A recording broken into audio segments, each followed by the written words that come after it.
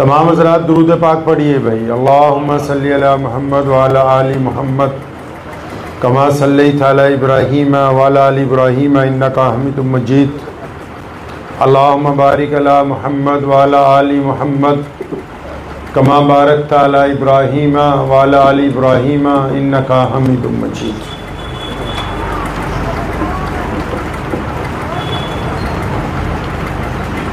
मक्कातुल मुकर्रमा में अबू जहल ने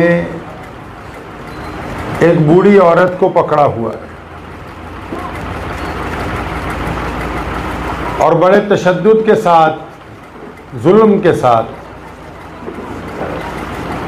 उसके साथ पेश आ रहा है। यहाँ तक हद हो गई कि जब मारते मारते थक जाता है तो पानी के एक बड़े डोल में उसके सिर को दबा देता है, पानी के दरमियान ऊपर हाथ रख लेता है। उसके खामिद को भी एक दरख्त के साथ बांधा हुआ है, बेटे को भी अहले मक्का ने तशद्दुद का निशाना बनाया हुआ है। अबू जहल इस दौरान जब थक जाता है उसको मारता मारता, तो उसको पूछता है कि अब बता कि तू मोहम्मद रसूलुल्लाह सल्लल्लाहु अलैहि वसल्लम की इताअत, उनकी फरमाबरदारी, उनकी मोहब्बत को छोड़ती है या नहीं छोड़ती? तो कहती है कि अल्लाह अहद के मक्के के सरदार, मैं पहले भी रसूलुल्लाह सल्लल्लाहु अलैहि वसल्लम के इस ऐलान को दोहरा रही थी, अब फिर दोहरा रही हूँ कि अल्लाह वहदहू ला शरीक है और मोहम्मद रसूलुल्लाह अल्लाह के आखिरी नबी। तो तसल्ली नहीं हुई अबू जहल की, क्योंकि वो गरीब है, उसकी बरादरी कोई इतनी बड़ी नहीं है, उसके साथ कोई नहीं है। तो उसने जुल्म की इंतहा जारी रखी और फिर उसे कहा कि अब तुम्हें आखिरी मौका दिया जा रहा है। ये आखिरी मौका इसलिए कि या तो तुम्हें अपनी जान अब बचानी होगी या तुम्हें अब अपना दीन बचाना होगा। ये वाक़या मैं इसलिए आपके सामने सुना रहा हूँ कि मिल्लत इस्लामिया की बेटियों को अल्लाह करीम ने ये एजाज़ अता फरमाया कि वो दीन जो आज कायनात का सबसे बड़ा मज़हब है, वो दीन जिसमें 2 बिलियन के करीब लोग पूरी कायनात में हर रंग, हर नस्ल, हर एक ज़ुबान के साथ ताल्लुक़ रखते हैं, वो दीन जिसमें करोड़ों उलमा, हुफ़ाज़, लाखों मसाजिद मौजूद हैं आज, वो दीन जिसकी तफसीर करते हुए अब तक सैकड़ों लोग आए और अपनी बात कहने के बाद वापस अल्लाह के हुजूर पेश हो गए, वो दीन जिसमें शामिल लोग अपने आप को बड़ा फ़ख्र महसूस करते हैं कि हम अल्हम्दुलिल्लाह कलमा ला इलाहा इल्लल्लाह मुहम्मदुर रसूलुल्लाह सल्लल्लाहु अलैहि वसल्लम पढ़ने वाले हैं। उस दीन की जब बुनियाद रखी गई, जो बुनियाद की ईंटें होती हैं वो नज़र नहीं ना आती, बुलंदो बारा इमारत नज़र आती है, लेकिन जो बुनियाद की ईंटें असल तो वही। तो इस दीन की जब प्यारे नबी अलैहिस्सलातु वस्सलाम ने बुनियाद रखी और जो इब्तदाई दिन थे इस दीन के, उसमें इस दीन की आबियारी के लिए अगर सबसे ज़्यादा किसी ने कुर्बानी पेश की है तो मिल्लत इस्लामिया की बेटियां हैं। अबू जहल थक गया तो उसने उनसे आखिरी बार पूछा कि अब मानती हो कि नहीं? तो फरमाया नहीं, प्यारे नबी अलैहिस्सलातु वस्सलाम की मोहब्बत खून में इतनी दाखिल हो चुकी है कि अगर तुम मेरी बोटियां कुत्तों से भी नुचवा लो तो तुम इस मोहब्बत को निकाल नहीं सकते हो। अब तारीख को पढ़िए, 2 ताकतवर ऊंट मंगवाए गए। सैयदना सुमैया रज़ियल्लाहु ताला अन्हु के एक जिस्म के हिस्से को, एक पाँव को, एक हाथ को एक ऊंट से बांधा गया, एक पाँव एक हाथ दूसरे ऊंट से बांधा गया, और आखिरी बार पूछने के बाद उनको मुखालिफ सिमत जब दौड़ाया तो जिस्म जो है वो टुकड़ों के अंदर फट गया। लेकिन इस्लाम के लिए कायनात में जो सबसे पहली शहादत है, जो सबसे पहले खून का कतरा ज़मीन के ऊपर गिरा है, वो किसी मर्द का नहीं गिरा, वो मिल्लत इस्लामिया की एक बेटी का है।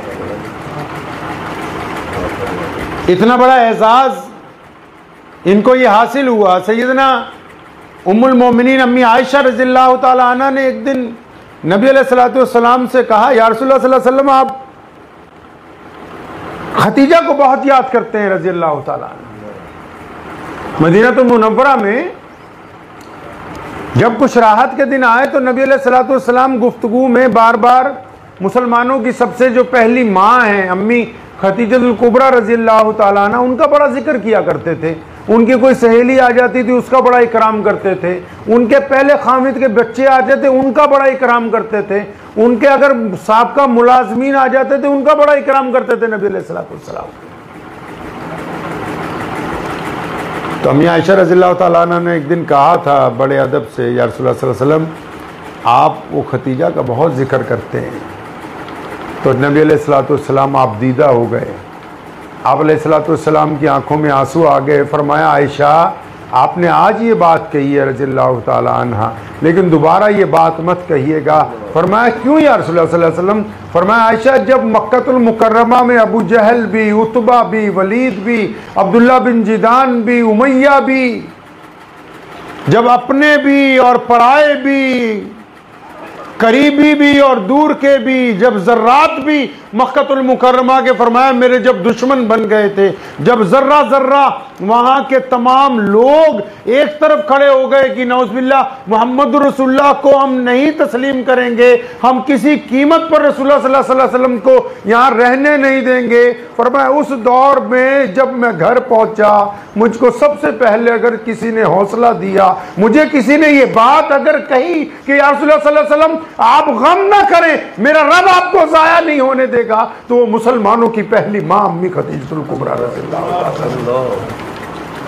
फरमाया वो है और नहीं है कोई।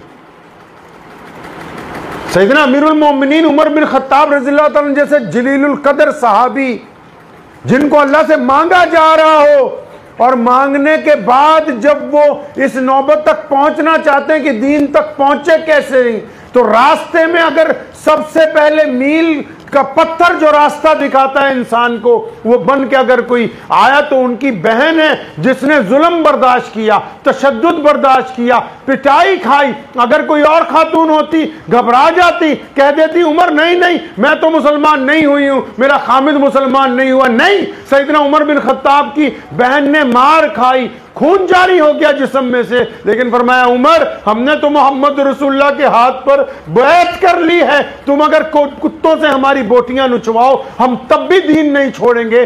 तब उस बेटी की इस्तकामत को देख के, उस बेटी की जुर्रत को देख के, अपनी उस बहन की हिम्मत को देख के कि ये तो कभी किसी के सामने ऊंची आवाज में बात नहीं करती थी, आज ये ढंग कहां से पैदा हुआ कि ये मेरे साथ सामने बात कर रही है। अगर वो जुर्रतें ना होती तो अमीरुल मोमिनीन उमर बिन खत्ताब रज़ियल्लाहु ताला अन्हु किस अंदाज से हुज़ूर सल्लल्लाहु अलैहि वसल्लम के पास पहुंचते। ये उस बेटी की जुर्रतें हैं कि अपने भाई को रसूलुल्लाह सल्लल्लाहु अलैहि वसल्लम के दरवाजे का रास्ता दिखाया है।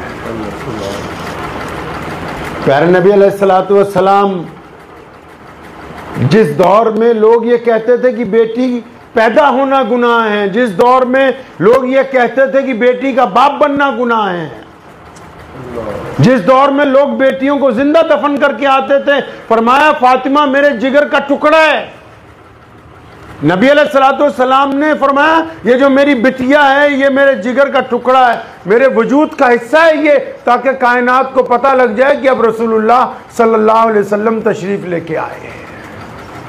माशरे में जो हमारी बहनें हैं, हमारी माएँ हैं, हमारी बेटियां हैं, उनका जो किरदार है वो मर्दों से ज्यादा मजबूत है। इस दीन की बुनियाद में इन्होंने अपना खून शामिल किया है, इन्होंने अपनी कुर्बानियां शामिल की हैं। आज भी जिस किसी घर के अंदर माएँ और बहनें बेटियां दीनदार हैं, उस घर का पूरा माहौल दीनदार होगा। अगर माएँ बहनें बेटियां नमाज नहीं पढ़ेंगी तो उस घर को कोई नमाजी नहीं बना सकता है। मिल्लत इस्लामिया में नबी अलैहिस्सलाम के दौर में ये तो हमारी कुछ रस्में आ गई बीच में। हमने कहा कि बेटी को फलां काम नहीं करने देंगे, हमने कहा बेटी को फलां उलूम नहीं पढ़ने देंगे। मोहम्मद रसूलुल्लाह सल्लल्लाहु अलैहि वसल्लम के दौर में मिल्लत इस्लामिया की बेटियां कारोबार भी करती हैं, मिल्लत इस्लामिया की बेटियां मैदान जंग में भी रसूलुल्लाह के साथ होती हैं, मिल्लत इस्लामिया की बेटियां दर्स भी देती हैं, मिल्लत इस्लामिया की बेटियां बच्चों को पढ़ाती भी हैं, मिल्लत इस्लामिया की बेटियां आला किरदार भी क़ियादत में अदा करती हैं। और हत्ता की इस हद तक छूट थी कि अगर आपको पसंद है कि फलां जगह ही रिश्ता होना चाहिए तो निकाह का पैगाम भी उस दौर में खुद भेज देती थी, ताकि ये पता लगे कि नबी अलैहिस्सलाम ने आके ख़वातीन को आज़ादी हासिल की। हमें ज़रूरत है हमारी बेटियों को असल कि वो बेटों से बढ़ के हैं। नबी अलैहिस्सलाम ने उनके दर्जात बुलंद किए हैं, उनको बराबरी का हिस्सा अता फरमाया है। आपने सुना होगा हमारे देश में भी, बाहर के जितने भी मुल्क हैं, अभी 20-25 साल पहले एक नया कानून आया कि बेटियों को जायदाद में हिस्सा देना है, लेकिन मेरे नबी अलैहिस्सलाम ने तो आते ही कह दिया कि बेटों की तरह बेटियों को भी जायदाद के अंदर हिस्सा देना है। प्यारे मोहम्मद रसूलुल्लाह सल्लल्लाहु अलैहि वसल्लम ने जो हकूक बयान किए हैं ख़वातीन के और जो इज़्ज़तें उनको अता फरमाई हैं, उस मियार को हमारी बेटियों को पहचानना है। अल्लाह तबारक व तआला ने ये जो दीन हमें अता फरमाया, उस दीन में जो हमें रूह अता फरमाई है वो इस बात की तमीज़ करती है कि आप अच्छे हैं या बुरे हैं। ये जिस्म अल्लाह की अमानत है, चाहे वो मर्द का या औरत का। उसका इस्तेमाल कहाँ किया जाएगा, कैसे किया जाएगा, वो रसूलुल्लाह सल्लल्लाहु अलैहि वसल्लम की सुन्नत के मुताबिक होगा तो आप फ़ायदा उठाने वाले हैं। वो नबी अलैहिस्सलाम की सुन्नत के मुताबिक नहीं होगा तो आप फ़ायदा उठाने वाले नहीं। इस बात को ज़हन नशीन रखें जितनी बेटियां हैं कि मोहम्मद रसूलुल्लाह सल्लल्लाहु अलैहि वसल्लम जब कायनात में तशरीफ़ लाए, अम्मी खदीजतुल कुबरा रज़ी अल्लाह तआला अन्हा जब नबी अलैहिस्सलाम के साथ थी, जब अभी दीन आबियारी के दौर में था, अभी दीन की बुनियाद रखी जा रही थी, तो आप अलैहिस्सलाम ने ये बात वाज़े कर दी। दिल की तख्ती पर लिख लीजिए सब लोग, सारी बेटियां, माएँ, बहनें, मोहम्मद रसूलुल्लाह ने बात वाज़े कर दी थी कि किसी कीमत पर भी किसी भी इंसान के साथ उसकी रंग को लेके, उसकी नस्ल को लेके, उसके मज़हब को लेके आप भेदभाव नहीं करेंगे। घर में अगर किसी बहन ने, अगर किसी बेटी ने बर्तन अलग कर रखे हैं, अपने अलग हैं और नौकरों के अलग हैं, तो उसको अभी रसूलुल्लाह सल्लल्लाहु अलैहि वसल्लम का दीन समझ नहीं आया है। इस्लाम ने कायनात के सामने सबसे खूबसूरत बात ही यही रखी है कि अल्लाह करीम की इबादत, मोहम्मद रसूलुल्लाह सल्लल्लाहु अलैहि वसल्लम की इताअत वही लोग कर सकते हैं जो कायनात में इंसानों के दरमियान बराबरी की बात करते हैं। अगर वो कायनात में इंसानों के दरमियान बराबरी का जज्बा नहीं रखते तो फिर वो बराबरी, वो रसूलुल्लाह सल्लल्लाहु अलैहि वसल्लम की सुन्नत के मुताबिक काम नहीं कर रहे हैं। हम लोग बहुत से मसाइल के ऊपर आपस में गुफ्तगू करते हैं, बहनें भी, बेटियां भी, कि फ़लाँ मसला ऐसे, फ़लाँ मसला ऐसे। इस बात को जहन नशीन रख लीजिए कि जो फ़रोई मसाइल हैं वो आपकी अपनी ज़ात के लिए हैं, आपको दूसरे पर फतवा देने का मुकल्लफ नहीं बनाया गया है। ये बीमारी आम है लोगों में, हम ये समझते हैं कि हम जज लग गए हैं दूसरों पे, और जिसका दिल चाह रहा है उसके खिलाफ, फला नमाज नहीं पढ़ रहा, फला ने ये कर दिया। नहीं नहीं नहीं नहीं, उस काम के लिए इमाम को जुमे के दिन इख्तियारात दिए गए कि तुम मेंबर पे खड़े होके सारा हफ्ता जो माशरे में खराबियां आई बिना नाम लिए उनकी गुफ्तगू करोगे ताकि माशरे में से वो बुराइयां खत्म हो। एक दूसरे पे जज थोड़ी लगाया, ये थोड़ी कहा कि आप एक दूसरे को ताने देते रहें, बुराइयां करते रहें। कुरान ने कहा वैलुल लिकुल्ली हुमज़तिल लुमज़ा, कि वैल और तबाही है उन लोगों के लिए जो दूसरों के ऐब तलाश करते हैं पर उन ऐबों को सप्लाई करते हैं। माशरे में जो इबादात हैं, इबादात आपने सुना होगा, आप हजरात भी, हम भी बड़े बड़े अल्लाह वालों के पास जाते हैं, दुआ कराते हैं कि अल्लाह हमारी बेटी तंदुरुस्त हो जाए, बेटा तंदुरुस्त हो जाए, अच्छी औलाद हो जाए, ये हो जाए। 10,000 किस्म की दुआएं जो हैं हम कराते हैं, लेकिन जब कोई अल्लाह वाला भी दुआ के लिए हाथ उठाता है ना, फरिश्ते बीच में पर्ची लगा देते हैं कि अल्लाह ये जिसके लिए मौलाना दुआ मांग रहे हैं ये तो बहुत बदजुबान है, ये बहुत गीबतें करने वाली है, ये बहुत बदतमीज़ी करने वाली है, ये दूसरों का हक मारने वाली है, ये दूसरों के दिल को तकलीफ पहुंचाने वाली है। वो सारी की सारी दुआएं आपके आमाल की वजह से रोक दी जाती हैं। इस्लाम इबादत को नहीं देखता है। अमीरुल मोमिनीन सैयदना उमर बिन खत्ताब रज़ियल्लाहु ताला अन्हु एक बैठे थे मस्जिद नबी में, एक शख्स आया, वो अंदर गया नमाज पढ़ने के लिए, तो हज़रत उमर रज़ियल्लाहु अन्हु के पास जो बंदा बैठा था उसने कहा, या अमीरुल मोमिनीन ये बहुत नेक आदमी है। फरमाया वो कैसे? फरमाया मैं इसको फजर में देखता हूँ, ज़ोहर असर मगरिब इशा। फरमाया अच्छा, लेकिन तुम इसको घर में भी देखते हो? कहा नहीं। इसके माँ बाप के साथ भी देखते हो? फरमाया नहीं। तो इसके बीवी बच्चों के साथ? नहीं। फरमाया इसका मतलब अगर इसके माँ बाप कहें ये बेईमान है तो ये बेईमान है, नमाजी नहीं है। अगर बीवी कहे कि ये बदतमीज़ है तो ये बदतमीज़ ही है। अगर शौहर कहे कि ये बीवी खराब है तो इसका मतलब खराब है। दोनों का आपस में म्यूचुअल अंडरस्टैंडिंग को कायम करना अल्लाह करीम को पसंद है। आपको एक तारीखी बात बताता हूं। दुनिया जब बनाई अल्लाह करीम ने, सैयदना आदम अलैहिस्सलाम को, जब आदम अलैहिस्सलाम नबी अलैहिस्सलाम को बनाया तो वो उदास रहते थे। जन्नत में जब भेजा ना अब्बा जी को तो उदास रहते थे। तो अचानक एक दिन अम्मा हव्वा अलैहिस्सलाम को जब पैदा कर दिया गया, मुफस्सिरीन ने लिखा है कि कायनात में अब तक जितनी औरतें पैदा हुई हैं सबसे ज़्यादा खूबसूरत हम सब की माँ अम्मा हव्वा अलैहिस्सलाम, सबसे ज़्यादा खूबसूरत। अब जब वो भी आ गई जन्नत में, सुने अल्लाह ने ये नहीं कहा कि बहन आई है तुम्हारी, दुनिया वालों को ये नहीं कहा कि तुम्हारी माँ है, चाचा है, ताई है, नहीं नहीं नहीं नहीं। कायनात में जब इंसान को पैदा किया, कुरान पाक ने उसका जिक्र किया, जब इंसान को पैदा किया, एक मर्द को एक औरत को, तो क्या फरमाया अल्लाह करीम ने? फरमाया आदम ये तुम्हारी ज़ौजा है, यानी इंसानों में जो आपस में रिश्तेदारी हुई उसमें सबसे पहला रिश्ता मियाँ और बीवी का रिश्ता है, माँ और बाप का रिश्ता नहीं है। अल्लाह करीम को इतना पसंद है, ये रिश्ता इतना पसंद आया कि कायनात की इब्तिदा इससे कर दी। कोई बड़ी बात थोड़ी थी, माँ बाप को भेज देते पहले, कोई बड़ी बात थोड़ी थी, 10 भाई आ जाते, 10 बहनें आ जाती हैं, अलग अलग खानदान आ जाते। लेकिन अल्लाह करीम को इंसानों में ये रिश्ता इतना मोतबर लगता है, इतना प्यारा लगता है कि अल्लाह करीम ने इसके ज़रिए इंसानों में पहली रिश्तेदारी फरमाई और हुक्म हुआ आदम अलैहिस्सलाम को, ये तुम्हारी ज़ौजा है, तुम्हारी बीवी हैं। अब अंदाज़ा ये लगा लीजिए कि जो बीवियां और जो मर्द आपस में इस रिश्ते को अगर ख़राब करने की कोशिश करते हैं तो अल्लाह करीम की सबसे जो है अच्छी चीज़ को ख़राब करने की कोशिश करते हैं, सबसे प्यारी चीज़ को जो अल्लाह करीम ने सबसे पहले पसंद फरमाई। इसको दुरुस्त रखना नेकी की बात है, इसको बेहतरीन चलाना सवाब का काम है, इसको मॉडल बना के रखना दूसरों के लिए ये मोहब्बत की अलामत है।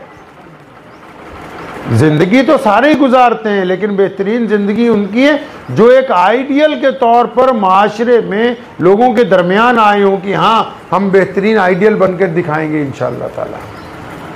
तो वक्त भी बहुत कम है, अभी हमें मदरसे में जाना है।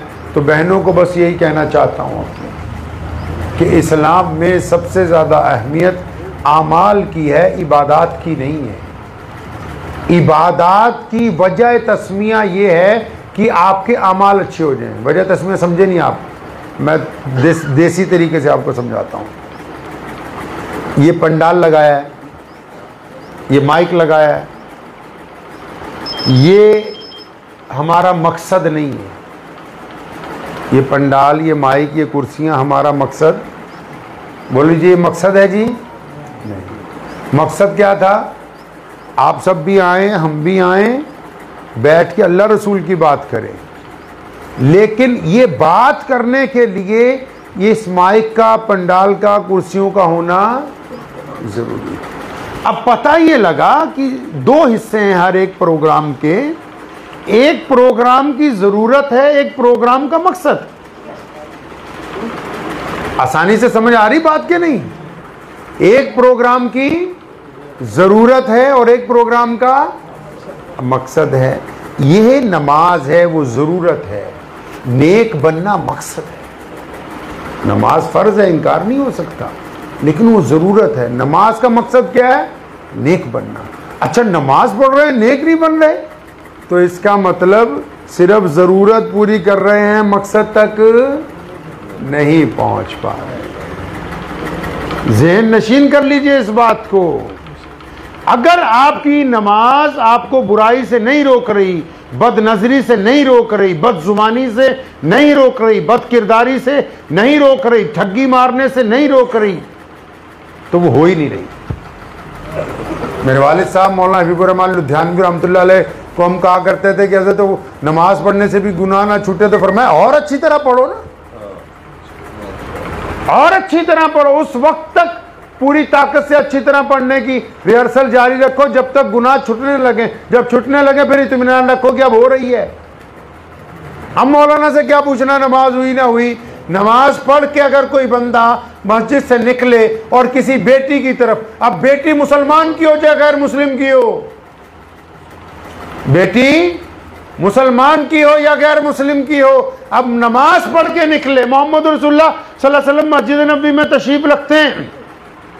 हातिम ताई की बेटी को गिरफ्तार करके लाया गया, वो लड़ पड़ी थी कहीं जंग में सहाबा किराम से। बहुत दूर से प्यारे नबी अलैहिस्सलातु वस्सलाम ने महसूस कर लिया कि उसके सर पे दुपट्टा नहीं है, तो प्यारे नबी अलैहिस्सलातु वस्सलाम ने अपनी रहमत वाली चादर अपने कंधों से उतारी और एक सहाबी को दी। फरमाया दौड़ के जरा जाओ तो उस बेटी के सर पे दुपट्टा नहीं है, हमारी चादर उसके सर पे डाल दो। जब ये बात नबी अलैहिस्सलातु वस्सलाम ने फरमाई तो उस सहाबी ने अदब के साथ ये कहा, या रसूलुल्लाह सल्लल्लाहु अलैहि वसल्लम, वो जो बेटी गिरफ्तार करके लाई जा रही है वो दुश्मन की बेटी है, और ये जो आपकी चादर है ये रहमत वाली चादर है।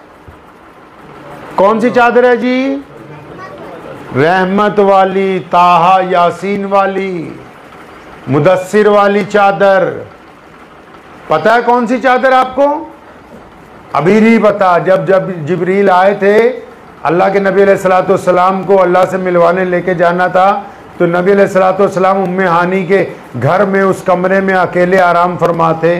तो जिब्रील गए तो देखा नबी अलैहिस्सलाम तो सो रहे हैं, तो अल्लाह से पूछा था कि मेरे रब आपके नबी को आवाज़ दे के उठाऊं? और फरमाया नहीं नहीं, ऐसा कौन है जो मेरे नबी अलैहिस्सलाम को सोते हुए आवाज़ दे के उठाए, वो परेशान ना हो जाएं, आवाज़ नहीं दोगे तुम? तो जिब्रील ने फिर पूछा या अल्लाह हाथ लगाऊं, दबाऊं? फरमाया मेरे नबी अलैहिस्सलाम को हाथ नहीं लगाया जा सकता। फिर जिब्रील ने पूछा या अल्लाह अब करना क्या है? फरमाया करना क्या है, सीधा घूम जा पैरों की तरफ, जमीन पर घुटने लगा, अपने ठंडे ठंडे होंठ मोहम्मद रसूलुल्लाह के तलवों के साथ लगा दे ताकि नबी अलैहिस्सलातु वस्सलाम की आंख खुल जाए। ये वाकया इसलिए सुना रहा हूं, ये पता लग जाए चादर किसकी है। रहमत वाली चादर, जिनके कदमों को जिब्रील अमीन बोसा देना अपने लिए इज्जत की बात समझते हैं। और शबे महराज जब एक मुकाम पर जिब्रील अलैहिस्सलाम को रोक दिया गया तो सारे फरिश्तों ने दम बखुद होकर पूछा था कि आप तो पूरी कायनात के फरिश्तों के सरदार हैं, क्या इससे आगे नहीं जाएंगे? तो उन्होंने कहा नहीं नहीं, अब इससे आगे अगर कोई जा सकता है तो सिर्फ महबूब खुदा मोहम्मद रसूलुल्लाह सल्लल्लाहु अलैहि वसल्लम की ज़ात गिरामी है। वो रहमत वाली चादर नबी अलैहिस्सलाम ने उतारी, सहाबी को दी, फरमाया भाग के वो बेटी आ रही उसका सिर ढक दो। तो उन्होंने कहा या रसूलुल्लाह सल्लल्लाहु अलैहि वसल्लम दुश्मन की बेटी, नाराज हो गए।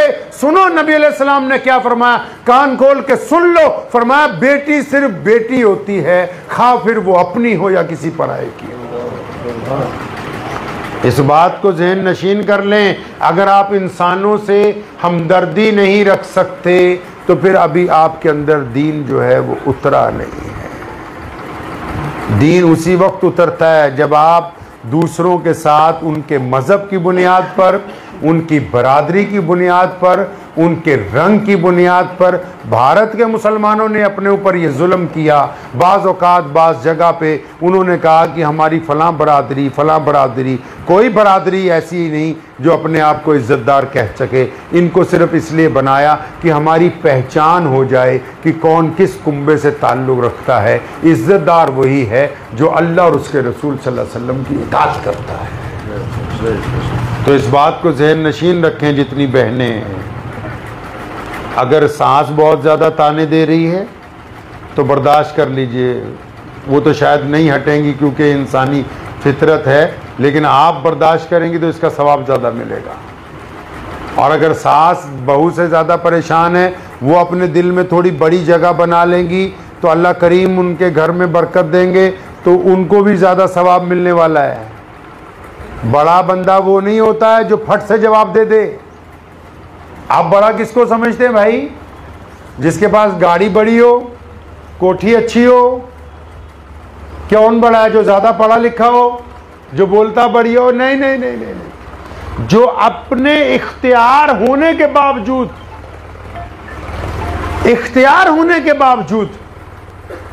अपने गुस्से को जब्त कर ले, इख्तियार होने के बावजूद छोटे से झुक के मिले, वही आदमी तो बड़ा है, वही खातून तो बड़ी है, वही औरत तो बड़ी है।